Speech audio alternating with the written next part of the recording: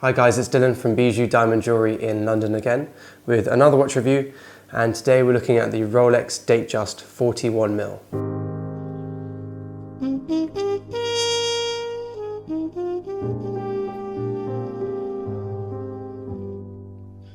If you want to learn about the history behind the Datejust model, then check out our Datejust 31 review where I go through the different features and timeline of the Datejust. However, that video doesn't look at the 41mm version of the Datejust, so let's have a look where that came into play. In 2009, Rolex released the Datejust 2, which was a 41mm case size. And then in 2016, Rolex released the Datejust 41, which is what we're looking at today, which is kind of more a refined version of the Datejust 2. Came with a few different dial options or new dial options, and overall, in my opinion, I think it looks much more of a refined watch. Let's have a look at some of the features of the Datejust 41. So obviously its main feature is the date, and if you look at our, again, Datejust 31mm review, you'll see why it got its name, the Datejust, and that's mostly to do with the date window and the way the date function works on this watch. It's a very simple watch, literally 3 hands and a date window.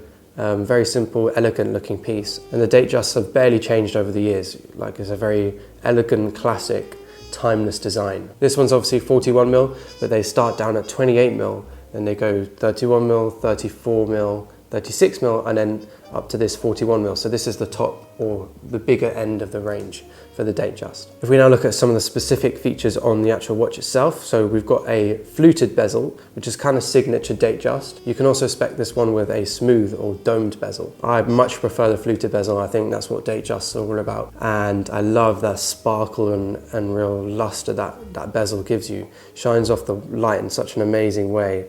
Got all those angles. It's a really, really nice feature on this watch. I think it's actually probably my favorite feature on the Datejust, and I think it looks amazing on the day date as well. You can also choose between 2 types of bracelet.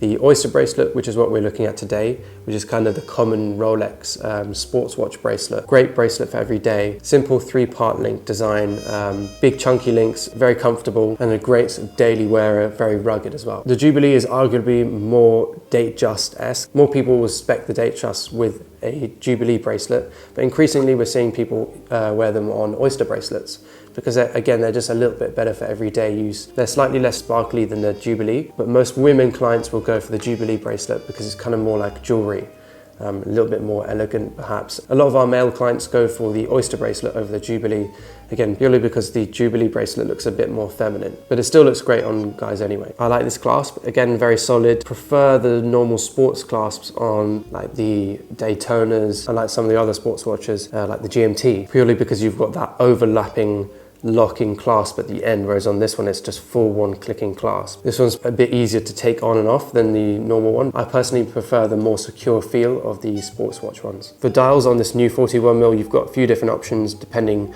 on which bracelet you go for and material, etc, etc. It comes with these standard indexes that you see here on this one.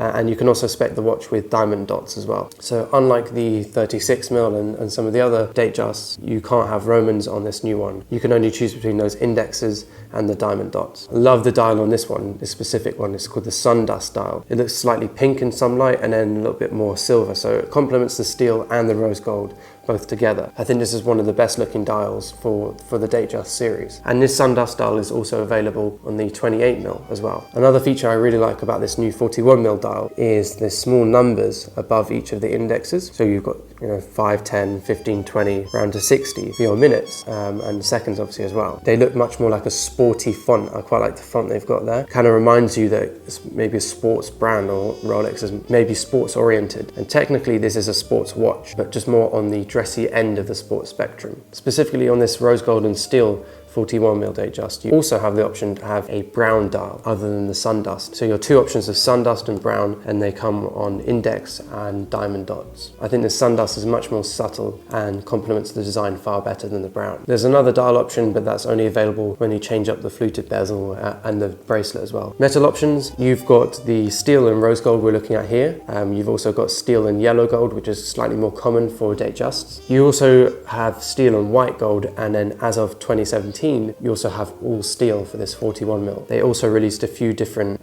newer steel and white gold options, and the white gold is purely on that fluted bezel. The watch has 100-meter water resistance. The purpose of the watch is not really for diving anyway, so the fact it has 100 meters is impressive anyway. Overall, I really like this 41mm Datejust. It's in this sort of higher end in terms of sizes for Rolexes, and I usually don't like that, but this fits really nicely on the wrist. It looks amazing. It's not too deep either. It sits very flat on the wrist. Conforms really nice to your wrist shape. It's also very, very comfortable to wear. I've got quite small wrists, so I tend to go for smaller watches anyway, but this looks great on my wrist, and I think I would definitely own this watch, 100%. I would definitely own it with this dial option as well, and I actually really like this rose gold.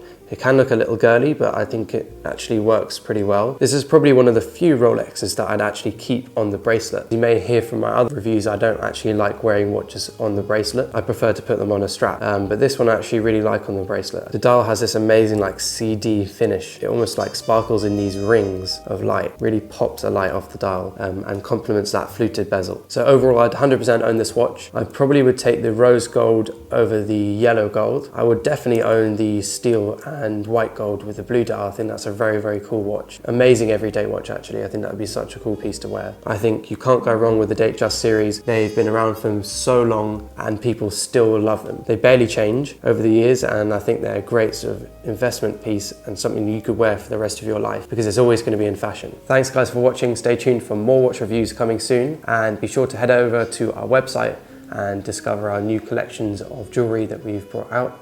We've got new engagement rings and new wedding bands coming soon, new bracelets, so there's tons for you guys to check out.